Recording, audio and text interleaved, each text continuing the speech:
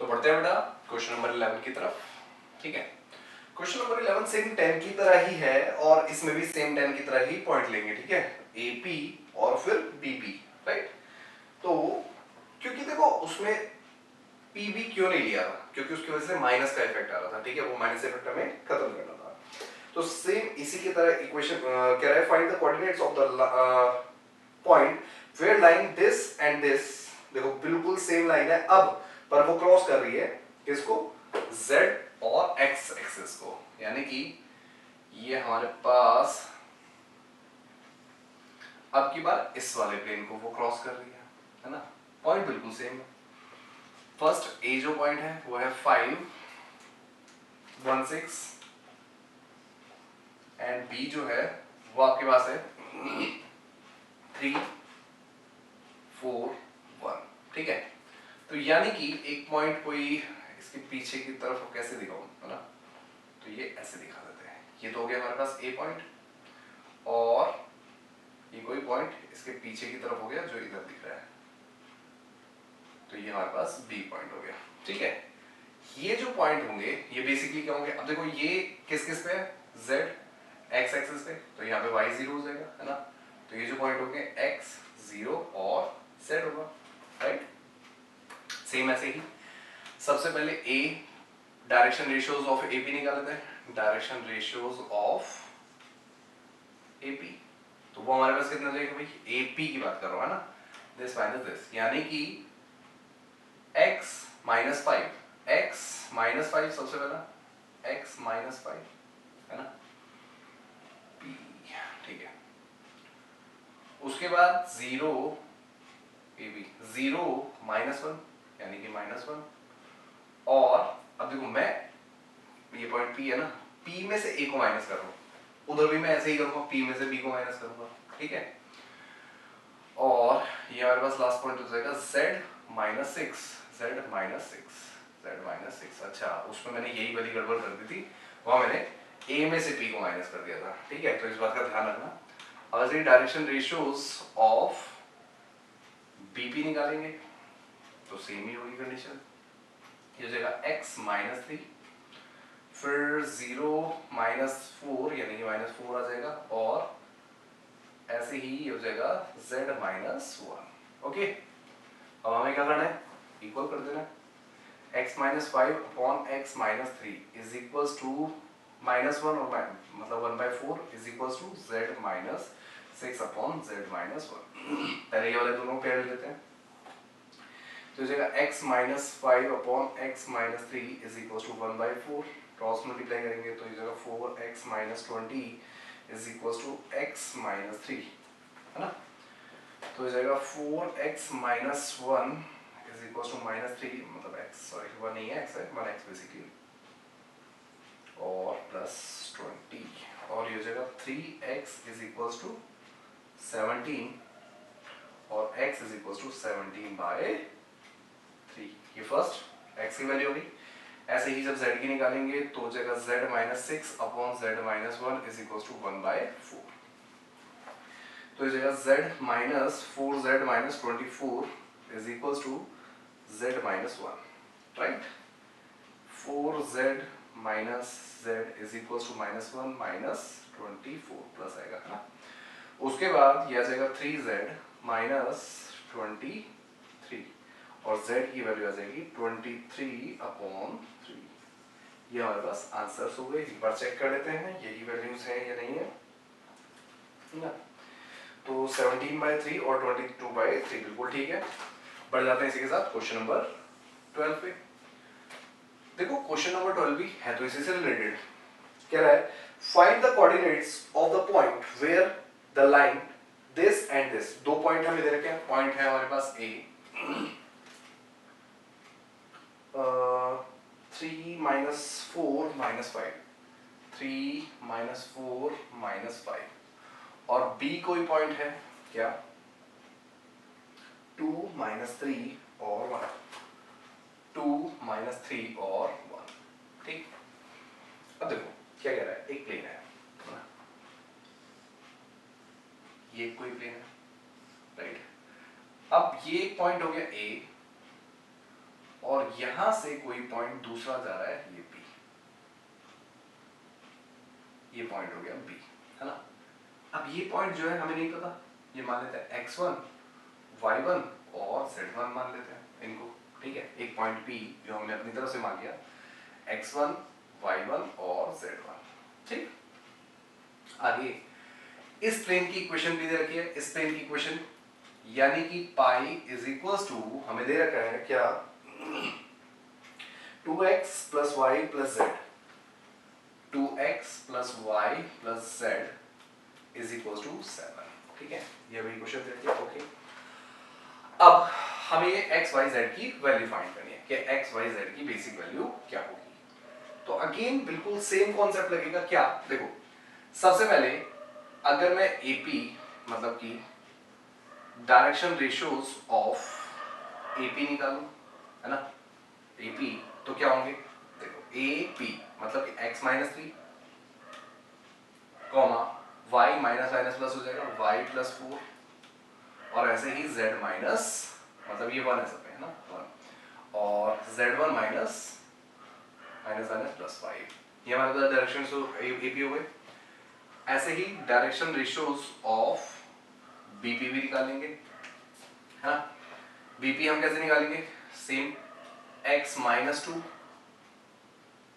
और y plus 3 और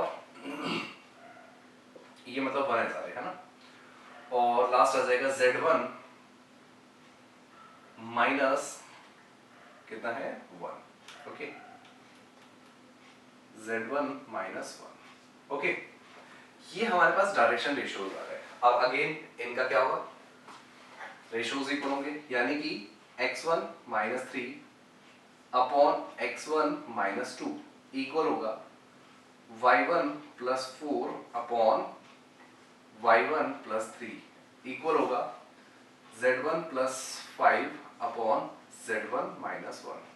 अब देखो यहाँ पे इस वाले में हमारे एक वैल्यू गिवन थी, बट यहाँ पे वैल्यू गिवन नहीं है, मतलब यहाँ तो हमारे पास 1/4 गिवन था ना, मतलब ये सारे 1/4 के इक्वल है, बट यहाँ पे हमें ये गिवन नहीं है। इसी के लिए इन्होंने एक्स्ट्रा इक्वेशन भी हमें दे दी है ना, ताकि आप उसे सॉल्व कर सको। तो हम इसको मान लेते हैं लैम्डा के इक्वल, गॉट इट। अब लैम्डा इक्वल होने की वजह से हम क्या कर सकते हैं, देखो x1 plus 3 upon x1 minus 2, वो माइनस था, इज इक्वल्स टू लैम्डा कर दे, है ना, और इससे जो वैल्यू निकल के आ जाएगी लैम्डा की वो ये हुई, यानी कि x1 लैम्डा, ओके। x1 की वैल्यू से निकाल लेते हैं, देखो कितना हो जाएगा भाई, x1 minus 3 is equals to x1 lambda minus 2 lambda. अब x1 वालों को एक तरफ ले लें, minus x1 lambda is equals to minus 2, बल्कि इसको 3 को पहले कर देता हूं, 3 माइनस 2 लैम्डा, ठीक है। ये तो आके प्लस हो जाएगा ना, ये तो गया ही नहीं है। अब x1 की जो वैल्यू आ जाएगी वो मेरे पास आ जाएगी 3 minus 2 lambda upon 1 minus lambda, right, okay. आगे बढ़ते हैं, इसमें शायद मेरे को यहाँ पे भी स्पेस की जरूरत पड़े, ठीक है, तो चलो बाद में देखते हैं उसको। और उसके बाद ऐसे ही y1 plus 4 upon y1 plus 3 is equals to lambda हो जाएगा, है ना। अब ऐसे ही अगर हम y1 की वैल्यू फाइंड करेंगे, लैम्डा लैम्डा लैम्डा, यहाँ पे लैम्डा ये आएगा ना सब में, हाँ यही है, बिल्कुल ठीक है। तो ये हो जाएगा, देखो y1 plus 4 is equals to y1 lambda plus 3 lambda, ठीक। तो यहाँ पे हमारे पास y1 कॉमन आ जाएगा और बचेगा, देखो 3 lambda minus 4 upon 1 minus lambda, ठीक है। ऐसे ही अब अगर हम बात करें z1 plus 5 upon z1 minus 1, है ना। अच्छा अच्छा, यहाँ पे माइनस था और यहाँ पे प्लस है, तो लैम्डा, हाँ ठीक है, कोई दिक्कत नहीं, 4 इधर के, ठीक है ठीक है, ओके, ये नीचे खड़ी है सेम, ठीक है, इज इक्वल्स टू लैम्डा, ठीक है। तो यहाँ पे हो जाएगा Z1, है ना, is equals to minus lambda, और 5 यहाँ पे प्लस का है तो इधर के माइनस हो जाएगा अपॉन 1 माइनस लैम्डा। ये हमारे पास Z1, Z2 और Z3 की वैल्यू हो गई, ठीक। अब एक और बात को जरा समझना कि ये जो x1, y1 और z1 है, ये इस वाले इक्वेशन को सेटिस्फाई करेंगे क्योंकि इसी प्लेन पे है, तो हम ये भी एक इक्वेशन बनाते हैं। थोड़ा सा इसको इरेज कर देता हूँ, तो पहले ये वाली लिख लो, pause the video, note it down, फिर इसका आगे पार्ट करते हैं। तो ये इरेज कर रहा हूँ बच्चों, आई होप आप सभी ने लिख लिया होगा इसको, है ना, क्योंकि मेरे को इस स्पेस की जरूरत है। तो देखो क्या है, अब मैंने कहा कि ये जो पॉइंट है x1, y1 और z1, ये इस वाले प्लेन को सेटिस्फाई करेंगे, यानी कि प्लेन की जो इक्वेशन हो जाएगी वो हो जाएगी 2x1 plus y1 plus z1 is equals to 7, है ना। x1, y1 और z1 की मेरे पास वैल्यू है, क्या है देखो, 3 minus 2 lambda upon 1 plus lambda plus into 2 है ना। उसके बाद है 3 lambda minus 4 upon 1 plus lambda, अच्छा ये सॉरी माइनस है ना, प्लस प्लस ये आ जाएगा minus lambda minus 5 upon 1 plus lambda, Z lambda और माइनस 1 लैम्डा, माइनस 1, ठीक है, ओके, इज इक्वल्स टू 7 हो गया, है ना।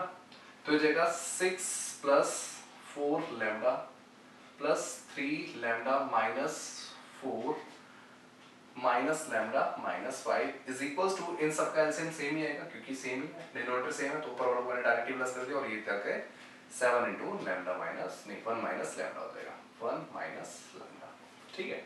इससे हमारे पास लैम्डा की वैल्यू आ जाएगी, लैम्डा की वैल्यू निकाल लेते हैं, क्या आएगी लैम्डा की वैल्यू, -4 -1 -5, -5 में +3 करेंगे तो बचेगा -2 लैम्डा, राइट।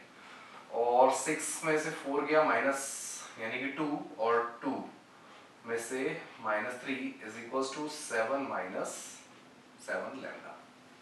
एक बार दोबारा चेक कर लेते हैं, 4 में से 3 -1 -1 -1 -2 हो गया, 6 में से 4 गया बचा 2, 2 में -5 कर देंगे तो -3 आ जाएगा, ठीक है। -2 lambda plus 5 lambda is equals to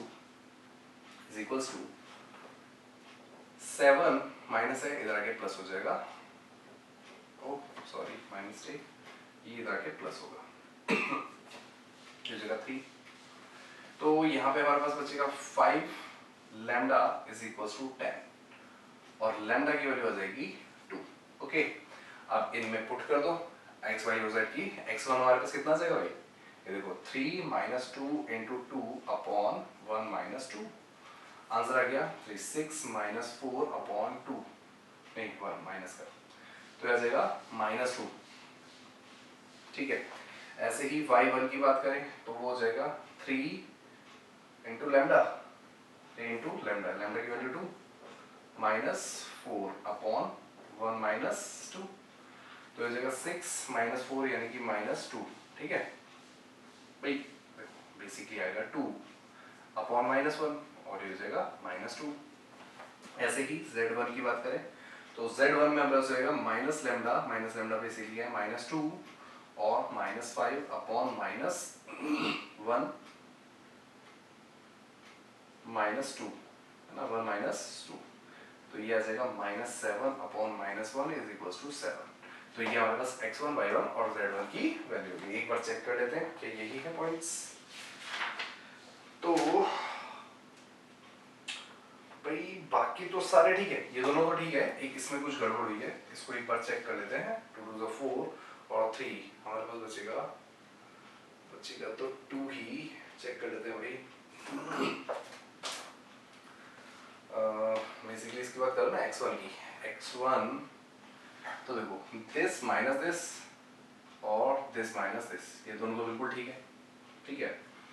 this minus this और ये -2 लैम्डा हो गया और बिल्कुल ठीक है, ये भी ठीक है। तो उसके बाद x1 और ये लैम्डा हो गया, ये जगह 3 उधर आगे प्लस, ये 2 लैम्डा हो जाएगा, 2 लैम्डा और 2 लैम्डा, तो भाई बिल्कुल ठीक है 3। अच्छा ठीक है यहाँ पे मेरी मिस्टेक, मैंने मिस्टेक कर दी, ये बेसिकली 3 है, मैंने 6 लिख दिया था, ठीक है। तो ये -1 अपॉन -1 इज इक्वल टू 1। अब हमारे आंसर बिल्कुल एक्यूरेट है, ठीक है बच्चों। तो pause the video, note it down, फिर बढ़ते हैं क्वेश्चन नंबर 13 की तरफ। तो बढ़ते हैं बेटा क्वेश्चन नंबर 13 पर।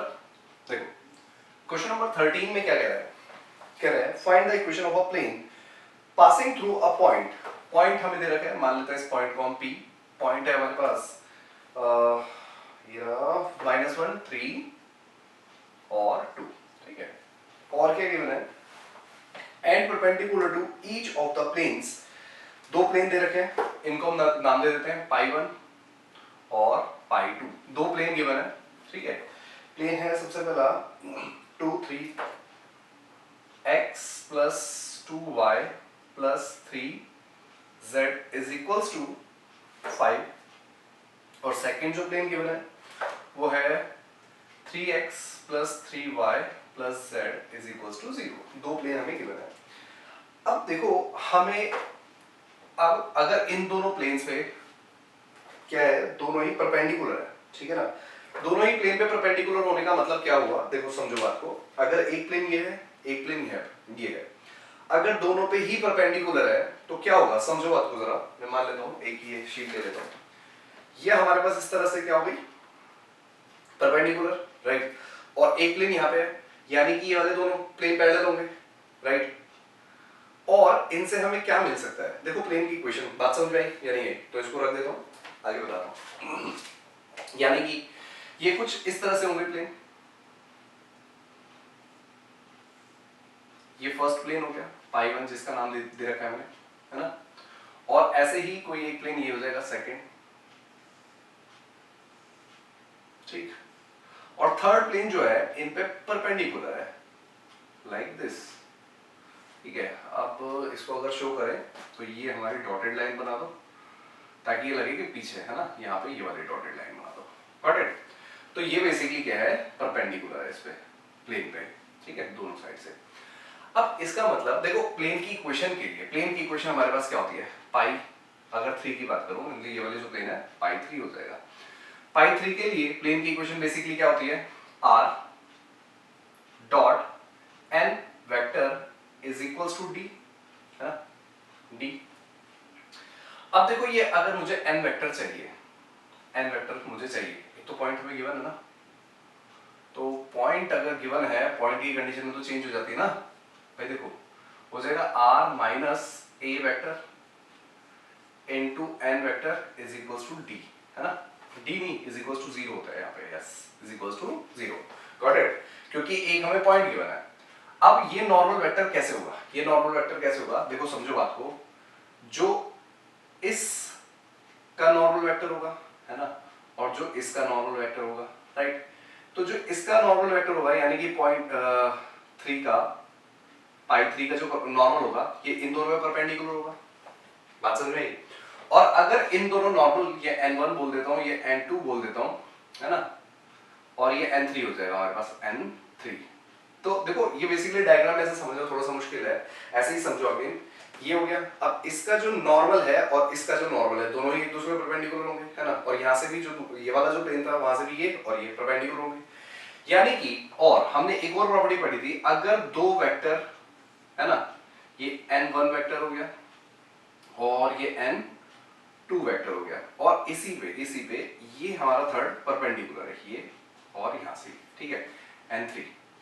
तो मुझे ये n3 जो है को यहाँ पे यूज करना है, ये निकालने के लिए क्या करूंगा, n3 बेसिकली क्या हो जाएगा, n3 बेसिकली हो जाएगा क्या, n1 vector cross n2 vector, भाई ऐसे ही तो निकलता है, हमने पढ़ा है ना, जब दो वेक्टर आपस में परपेंडिकुलर होते हैं लाइक दिस, मान लो एक ये है, या इसको ऐसे कर देते हैं, ये और ये है ना, इस पे जो थर्ड होता है परपेंडिकुलर होता है ना, तो इन दोनों का क्रॉस प्रोडक्ट निकालते हैं तो हमारे पास ये निकल जाता है, और ए हमारे पास पॉइंट है ही। बात समझ में आई? तो ये निकाल लेते हैं सबसे पहले। n1 क्रॉस n2 निकालने के लिए हम क्या करेंगे, i j और k वेक्टर है ना, और इनके वो लिख देते हैं, क्या कहते हैं इसको, कंपोनेंट्स है ना, स्केलर कंपोनेंट्स। अब स्केलर कंपोनेंट्स कौन कौन से होंगे, देखो अगर इसमें से हम निकाले, ये होगा 1 2 3, तो ये लिख दिया 1 2 3, यहाँ पे 3 3 1, ये हो गया 3 3 1, राइट। अब इसको सॉल्व कर देते हैं जरा, देखो i को निकाल के दे 2 माइनस 9, 2 माइनस 9 हो जाएगा minus 7 i cap, this into this 2 minus 9 minus 7, ठीक है। फिर माइनस जे होगा है ना, माइनस जे, इसको और इसको बोल देंगे, दिस इनटू दिस 1 माइनस 9 यानी कि माइनस 8, और माइनस पहले से है तो प्लस 8 हो जाएगा, प्लस 8 जे, और इसको और इसको बोल देंगे दिस इनटू दिस 3 और माइनस 6 माइनस 3 आ जाएगा, माइनस 3 के, ये हमारे पास आ गया n3 वेक्टर, राइट। अब n3 वेक्टर आ गया, इसमें वैल्यूज पुट करो, ये a के पोजीशन वेक्टर ना, इस पॉइंट के पोजीशन वेक्टर, राइट। तो ये हमारे पास आ जाएगा, देखो क्या हो जाएगा, pi 3 is equals to r vector minus minus a vector, a vector हो जाएगा हमारे पास क्या, i minus plus 3j plus 2k vector है ना, इनटू n3 वेक्टर हमारे पास मिल ही गया हमें, minus 7i plus 8j minus 3k, ठीक, इज इक्वल्स टू 0, राइट। अब देखो जरा इसको सॉल्व कर लेते हैं, सॉल्व करने पर हमारे पास, भाई देखो एक बार चेक कर लेते हैं कहीं यही तो इक्वेशन नहीं है, ये कार्टेशियन इक्वेशन दे रखी है, क्या दे रखी है, एक बार चेक कर लेते हैं। तो हमारे पास इसमें इक्वेशन दे रखी है कार्टेशियन इक्वेशन, ठीक है, तो ये हमारे पास वेक्टर इक्वेशन है, पर इसको कार्टेशियन इक्वेशन में चेंज करना पड़ेगा, तो सॉल्व कर देते हैं अभी। ये हो जाएगा हमारे पास क्या, देखो ये हो जाएगा xi plus yj plus zk है ना, और ये माइनस अंदर मल्टीप्लाई करते हैं, minus minus minus minus plus i minus 3j और माइनस 2k, और यहाँ पे हो जाएगा minus 7i plus 8j minus 3k is equals to 0। अब हम सॉल्व करेंगे तो देखो हो जाएगा x plus 1 i plus y minus 3j plus z minus 2k है ना, और ये हो जाएगा हमारे पास minus 7i plus 8j minus 3k is equals to 0। आगे ले आना, तो आगे देखो जब हम इसको इससे मल्टीप्लाई करेंगे तो 7 हो जाएगा, यानी कि 7 प्लस 1 है ना यहाँ पे, यस यस यस, तो ये हो जाएगा 7x प्लस 7 है ना, इनटू, ठीक है, फिर 8 को इससे करेंगे हो जाएगा प्लस 8y और 8 3 सा 24 माइनस 24, और प्लस फिर इसको इससे करेंगे तो माइनस 3z और माइनस माइनस प्लस 6, ये हो जाएगा 3z माइनस माइनस प्लस 6, ये माइनस आएगा यहाँ पे ना, क्योंकि यहाँ पे 3 माइनस का है और ये प्लस का है, इज इक्वल्स टू 0। ये हो जाएगा 7x plus 8y minus 3z और 7 प्लस 6 कितना हो जाएगा, 7 प्लस 6 6 6 12 13, और 24 में से 30 माइनस कर देंगे तो बचेगा माइनस का 1 11, तो माइनस का 11 हो जाके प्लस हो जाएगा, और ये हमारे पास आंसर हो जाएगा। एक बार चेक कर लेते हैं यही है क्या। तो इक्वेशन है 7x minus 8y plus 3z plus plus 25 है, 25। तो एक बार जरा चेक कर लेते हैं, हमने कहीं इसमें तो गड़बड़ नहीं कर दी। दिस इनटू दिस, -2 -9 -7 आएगा, फिर इसको भूल देंगे। This into this 1 -9 minus minus plus 8 हो गया, इसको और इसको भूल देंगे। दिस इनटू दिस 3 -6 और 3 -6 -3 बचेगा, ये तो हमारा ठीक है। तो कहाँ हुई गड़बड़? ये 3 है, ये 2 है, माइनस माइनस और प्लस, ठीक है। तो ये हो जाएगा x + 1 -3 -2। Oh okay okay okay, 3 2 6, वहाँ पे भी हमने ठीक लिखा है 25। तो कैसे भी आना है या नहीं आना? 1 2 3 एक बार चेक कर लेते हैं कहाँ गड़बड़ हुई। 1 2 3 3 3 1 1 2 3 3 3 1। ठीक है यार, सारी चीजें तो ठीक है, कहाँ गड़बड़ हुई है? पॉइंट हमारे पास है -1 3 2, यही है पॉइंट। -1 3 2, यही है पॉइंट, ये भी सारा ठीक है। तो फिर गड़बड़ कहाँ हो रही है भाई?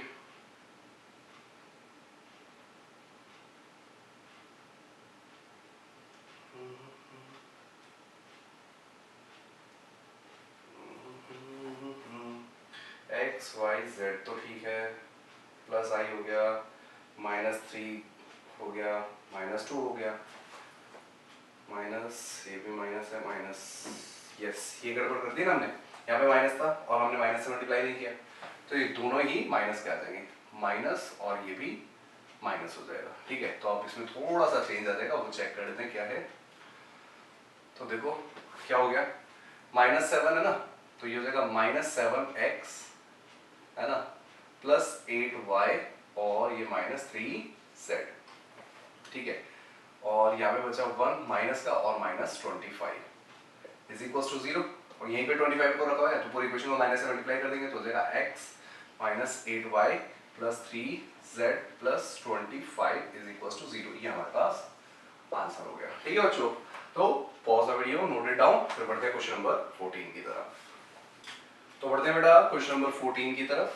देखो क्वेश्चन नंबर 14 में हमारे पास क्या कह रहा है, कह रहा है if 2 points 1 1 p and -3 0 1 be equidistant from the plane भी हमें गिवन है, find the value of p।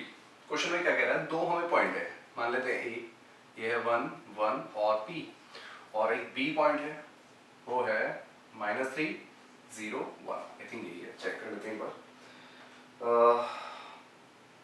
14 -3 0 1, ठीक है। और एक प्लेन भी गिवन है, और एक प्लेन भी गिवन है, जिसको हम पाई से डिनोट करते हैं। तो प्लेन जो गिवन है उसकी वैल्यू है r3 4 -12 13, 3i + 4j -12k, और साथ में r भी है यहाँ पे, +13 इज इक्वल टू 0, राइट। इसको स्टैंडर्ड फॉर्म में रख लेते हैं, तो हो जाएगा r 3i + 4j -12k is equal to -13, है ना। अब डिस्टेंस कभी नेगेटिव होता नहीं है, क्योंकि ये तो d तो डिस्टेंस है ना, अरे नहीं ये डिस्टेंस नहीं है, क्योंकि यहाँ पे तो n वेक्टर है ना, तो n वेक्टर तो एक आर्बिट्रेरी कांस्टेंट है, तो d ये नेगेटिव हो सकता है, तो हम 13 नेगेटिव में ले सकते हैं। अब क्वेश्चन में क्या है, एक हमारे पास प्लेन है, ये हमारे पास एक प्लेन हो गया, राइट, और दो इस पे पॉइंट्स है, एक पॉइंट ए हो गया, और कोई दूसरा पॉइंट है, शायद हो सकता है वो नीचे से ऊपर से, हम दोनों ही ऊपर ले लेते हैं, ये पॉइंट बी है ना, ये भी परपेंडिकुलर है। अब कह रहा है ये इक्विडिस्टेंस है, कहने का मतलब क्या हुआ, अगर ये m है और ये n है ना, तो यानी कि हमें गिवन है क्या, am is equals to bn है, राइट, ये हमें गिवन है। इस प्रॉपर्टी का यूज करते हुए, यानी कि डिस्टेंस इक्वल है तो दोनों का ही डिस्टेंस निकाल लें, और डिस्टेंस का जो फॉर्मूला होता है वो होता है mode a vector into n vector minus d upon n vector का मैग्नीट्यूड। ये n स्मॉल कैपिटल कुछ भी ले सकते हो, उससे कोई फर्क नहीं पड़ता। और ये ए जो होते हैं ये इन जो ये पॉइंट होता है इसके पोजीशन वेक्टर होते हैं, तो यानी कि इससे हमारे पास निकल जाएगा, तो हम लिख भी लेते हैं। देखो क्या हो जाएगा, सबसे पहले देखा आई प्लस जे है ना प्लस पी के इनटू एन वेक्टर हमारे पास क्या है भाई ये वाला, राइट। तो ये जाएगा 3i plus 4j minus 12k है ना, और ये माइनस है और यहाँ पे माइनस डी होता है, तो ये जाएगा प्लस 13 होल अपॉन में ये हो जाएगा 3 का स्क्वायर प्लस 4 का स्क्वायर प्लस माइनस 12 का स्क्वायर, राइट। आगे बढ़ते हैं, सॉल्व करने पर देखो i को 3 से करेंगे तो हो जाएगा 3 प्लस i को j को j से करेंगे प्लस 4 हो जाएगा, और p को 12 से करेंगे तो हो जाएगा माइनस 12p और हो जाएगा प्लस 13 अपॉन यहाँ पे देखो 3 3 9 प्लस 16 प्लस 144 625 हो जाएगा और 169 हो गया, ठीक है। तो ये हो जाएगा हमारे पास क्या, मोड 13 और 3 16 20, तो ये हो जाएगा 20 माइनस 12p होल अपॉन में रूट 169, और 169 किसका स्क्वायर होता है 13 का, तो ये हो जाएगा देखो mode 20 minus 12p mode close upon 13, क्योंकि भाई ये तो पॉजिटिव ही आएगा, और यहाँ पे मोड इसलिए लगा दिया क्योंकि मोड से हमेशा 2 वैल्यू निकलती है, तो p कुछ भी हो सकता है, उसके हिसाब से ये हमारा d1 हो गया। और d2 भी निकाल लेते हैं, यानी कि bn इसका जो डिस्टेंस है, तो वो भी फॉर्मूला तो देखो यही रहेगा, तो फॉर्मूला दोबारा लिखूंगा। यहाँ पे हो जाएगा देखो अब आ जाएगा -3 i कैप j 0 खत्म ही हो जाएगा प्लस k हमारे पास हो जाएगा सिर्फ k इनटू ये हो जाएगा 3i plus 4j minus 12k plus 13 upon 13 ही आएगा नीचे, तो भाई यही तो है सेम 13 ही आएगा।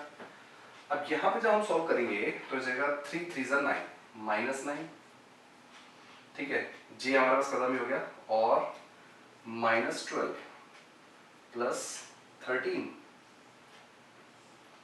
अपॉन 13, तो ये बचेगा। अब जब इसको सॉल्व करेंगे तो यहाँ पे आ जाएगा देखो 12 में 13 में से 12 गया, बचा 1 प्लस का, और यहाँ पे 9 माइनस का है तो आ जाएगा 8 बाय 13, माइनस का 8 आएगा ना, मॉड्यूलस उसको प्लस कर देगा।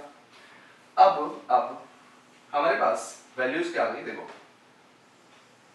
ये t 20 माइनस 12p का mod upon 13 is equals to 8 by 13 है, 13 से 13 कट गया।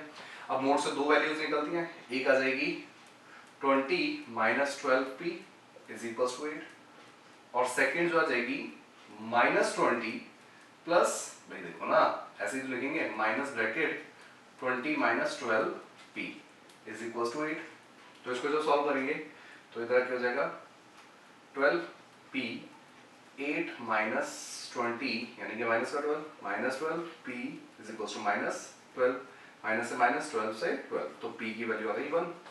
अब सेकंड में अगर चेक करें तो देखो माइनस हो जाएगा, माइनस ही हो जाएगा बेसिकली, पूरी इक्वेशन को माइनस से मल्टीप्लाई कर देंगे तो 20 minus 12p is equals to minus 8। अब 20 भी हो जाएगा माइनस हो जाएगा, 12p is equals to minus 8 minus 20, ये हो जाएगा माइनस 28, तो minus 12p upon is equals to minus 28, और p की वैल्यू माइनस से माइनस कट जाएगा 28 बाय 12, और ये 4 के टेबल में तो नहीं कट देंगे, 7 अपॉन 3 आ जाएगा, ठीक है। ये हमारे पास आंसर्स 1 भी हो सकता है और 7 बाय 3 भी हो सकता है, ठीक है बच्चों। तो pause the video, note it down, फिर बढ़ते हैं क्वेश्चन नंबर 15 की तरफ। तो बढ़ते हैं बेटा क्वेश्चन नंबर 15 की तरफ। देखो क्वेश्चन नंबर 15 में क्या कह रहा है, पढ़ते हैं एक बार। कह रहा है find the equation of a plane passing through the line of intersection of the planes lines of the, ठीक है, प्लेन जो हमें दे रखे हैं, सबसे पहला प्लेन पाई 1 वो हमें गिवन है कितना, r इंटू आई कैप प्लस जे कैप प्लस के कैप इज इक्वल्स टू 1, और पाई 2 जो प्लेन है वो हमारे पास गिवन है r 2i plus 3j minus के इज इक्वल्स टू नहीं है, यहाँ पे +4 दे रखा है, +4 इज इक्वल्स टू 0, राइट। तो इसको भी स्टैंडर्ड फॉर्म में हम चेंज कर लें, हो जाएगा r 2i plus 3j minus के इज इक्वल्स टू -4, और -4 है तो हमें स्टैंडर्ड फॉर्म में चेंज करना है, क्योंकि अब ये डिस्टेंस हो सकता है, नॉट श्योर पर डिस्टेंस हो सकता है, इसलिए हम एज अ डिस्टेंस यूज करते हैं। तो हो जाएगा r vector is equals to 2i plus 3, अच्छा नहीं, पूरी इक्वेशन में माइनस से मल्टीप्लाई कर देंगे, तो ये हो जाएगा क्या, r minus 2i minus 3j plus के। देखो इक्वेशन ऐसा नहीं कि ये गलत है, ये भी इक्वेशन ठीक है, बट हमारे पास जो स्टैंडर्ड फॉर्म है वो यही है, हालांकि पहले वाले क्वेश्चन में मैंने ये यूज नहीं किया था, बट वहां पे हमें साफ ही पता लग रहा था, ठीक है, तो इसलिए बस लिख दिया, हालांकि यूज ये भी कर सकते हो, कोई ऐसी दिक्कत नहीं है। अब क्वेश्चन में क्या कह रहा है कि दो प्लेन है, हम दोनों प्लेन बना लेते हैं, ये दो प्लेन है भाई, ये फर्स्ट प्लेन हो गया, ठीक है, और यहीं से ये सेकंड प्लेन हो गया, राइट। देन कहता है एक और जो प्लेन है जो इसके ऊपर, मतलब जो बन रहा है थर्ड प्लेन, जो इस इंटरसेक्टिंग लाइन से बन रहा है, वो है ये पाई 3 प्लेन, ये पाई 2 और ये पाई 1। अब ये जो पाई 3 प्लेन है वो क्या कह रहा है कि एक्स एक्सिस के पैरेलल भी है ना, तो एक्स एक्सिस पैरेलल मतलब मैं ये अपना डायग्राम भी बना लेता हूँ, ठीक है, मतलब कि प्लेन भी बना लेता हूँ। तो ये पैरेलल है, यानी कि अब ऊपर की तरफ आ रही, तो हम इसको एक्स एक्सिस बोल देते हैं, इसको वाई, इसको जेड, खैर इनसे कोई फर्क इतना पड़ता नहीं, बल्कि जेड को तो मैं छोटा ही कर देता हूँ, जेड, ठीक है, सिर्फ दिखाने के लिए, शो करने के लिए। अब एक बात बताओ, एक बात को जरा समझना, हमें सबसे पहले क्या चाहिए भाई, पाई 3 की इक्वेशन। पाई 3 की इक्वेशन जो होती है वो हमारे पास क्या होती है भाई, याद है या नहीं, r dot n1 plus lambda of n2 is equals to d1 plus lambda of d2। अब देखो अगर दोनों में ये डिस्टेंस यूज, मतलब डिस्टेंस नहीं, कोफिशिएंट यूज हो रहा है, कांस्टेंट यूज हो रहा है, तो हम -v4 यूज कर सकते हैं, कोई दिक्कत नहीं है, ठीक है, क्योंकि अगर इसका इफेक्ट है तो वो यहाँ पे भी आ जाएगा, तो अगर यहाँ पे d यूज हो रहा है तो हम ये वाला भी यूज कर सकते हैं, ये वाली, ठीक है, तो कोई फर्क नहीं पड़ता। ये हमारे पास होगी पाई 3 की। अब पाई 3 में चेक करो क्या होगा, सबसे पहले हमें क्या चाहिए, ये हमें क्या बताता है, इसके नॉर्मल वेक्टर, ये n1 हो गया, ये n2 हो गया, ये हमें ऑलरेडी गिवन है, तो निकाल लेते हैं सबसे पहले भाई, ये हो जाएगा r, है ना, डॉट n1 वेक्टर कितना है हमारे पास, दिस वन, यानी कि i प्लस j प्लस के प्लस लैम्डा ऑफ कोई भी इक्वेशन यूज कर ले, मैं यही यूज कर लेता हूं ताकि पहले जैसा ही था, 2i प्लस 3j माइनस के, है ना, इज इक्वल्स टू d1 यानी कि 1 माइनस लैम्डा ऑफ 4 या 4 लैम्डा। अब हमें ये लैम्डा की वैल्यू चाहिए, सही बात है। अब ये लैम्डा की वैल्यू हम किससे यूज करेंगे कि हम इसका नॉर्मल देखें जरा, इसका नॉर्मल देखो, जो इसका नॉर्मल होगा, इस प्लेन का जो नॉर्मल होगा, है ना, ये राइट, ये किस पे, एक्स पे क्या होगा, परपेंडिकुलर, राइट, और वाई और जेड के ये पैरेलल होगा, बात समझ गई, यानी कि इसके जो डायरेक्शन कोसाइंस होंगे, डायरेक्शन कोसाइंस वो क्या होंगे, इसके जो डायरेक्शन कोसाइंस होंगे, है ना, तो वो क्या होंगे, एक तो देखो सबसे पहले एक्स एक्सिस के परपेंडिकुलर है, यानी कि ये तो 0 आ जाएगा, और एल एम आएगा, है ना, एल नहीं, एल तो पहले होता है, एम और एन, ये इसके हो गए यूनिट वेक्टर, ठीक है, कि basically direction cosines of n cap. अब हमें एन वेक्टर चाहिए पर, तो क्या हम लिख सकते हैं, देखो जीरो तो जीरो ही रहेगा ना, कुछ भी मल्टीप्लाई करो फर्स्ट तो जीरो ही रहेगा, और ये हो जाएंगे ए मतलब डायरेक्शन रेशियोज, है ना, तो हो जाएगा ए और बी, या फिर बी सी बोल दें, बी और सी। बात समझ में आई या नहीं आई? भाई बेसिक हमारा जो काम है वो जीरो का ही है, ठीक है, इनका हमें कोई लेना देना खास है भी नहीं। क्यों, उसका रीजन बताता हूं अभी। तो इसका मतलब ये हमें नॉर्मल वेक्टर मिल गया, जीरो बी और सी, या फिर जीरो एम एन, कुछ भी दोनों में से कोई भी ले लो। अब ये जो है ये हमारा नॉर्मल वेक्टर ऑफ पाई 3 होगा, और इससे भी हमें डायरेक्शन कोसाइंस ऑफ क्या निकल गए, डायरेक्शन रेशियोज या डायरेक्शन कोसाइंस ऑफ क्या निकल गए, ये नॉर्मल वेक्टर के ही, तो नॉर्मल वेक्टर के ही इक्वल हो जाएगा, यानी कि ये देखो पहले मैं इसको सॉल्व कर लेता हूं, ये हो जाएगा 2 plus lambda of I plus 1 plus 3 lambda of J, 2 lambda, sorry यहाँ पे मैंने गड़बड़ कर दी, ये है 1 प्लस 2 लैम्डा, है ना, यहाँ पे जाएगा जे, और plus 1 minus lambda of k is equal to 1 minus 4 lambda.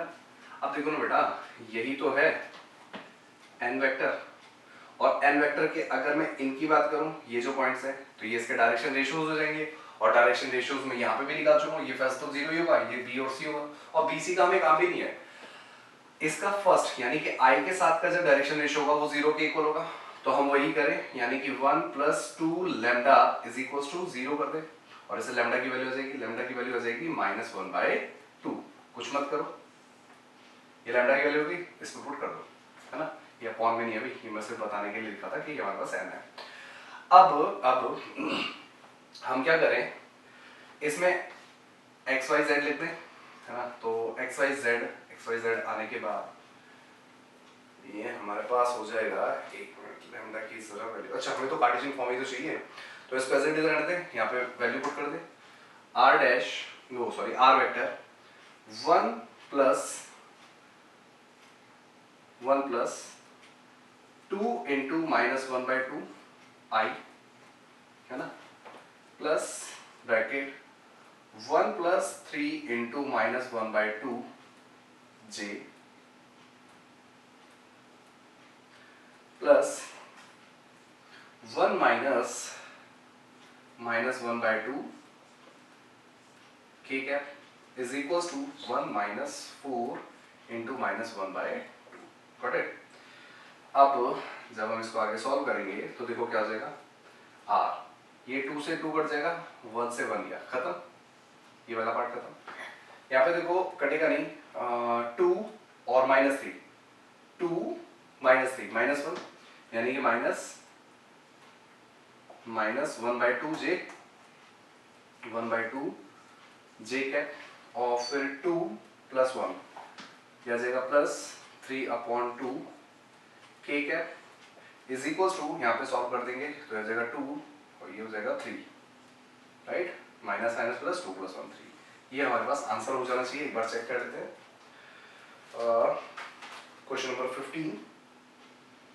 तो अच्छा, इसमें जो कार्टेशियन इक्वेशन दे रखी है भाई, इसको कार्टेशियन इक्वेशन में चेंज कर लेते हैं। कार्टेशियन इक्वेशन में चेंज करने के लिए क्या करेंगे, वैसे तो आंसर ठीक है, बट अब कार्टेशियन में दे रखा है तो हमारे पास हो जाएगा, ये इसको एक्स वाई जेड कर देते हैं, तो एक्स आई प्लस वाई जे प्लस जेड के इंटू 1/2 -1/2 जे प्लस 3/2 के इज इक्वल्स टू 3, है ना। जब सॉल्व करेंगे तो देखो हो जाएगा, x तो खत्म ही हो जाएगा, y आएगा, यानी कि -y/2 और plus 3/2 j is equals to 3।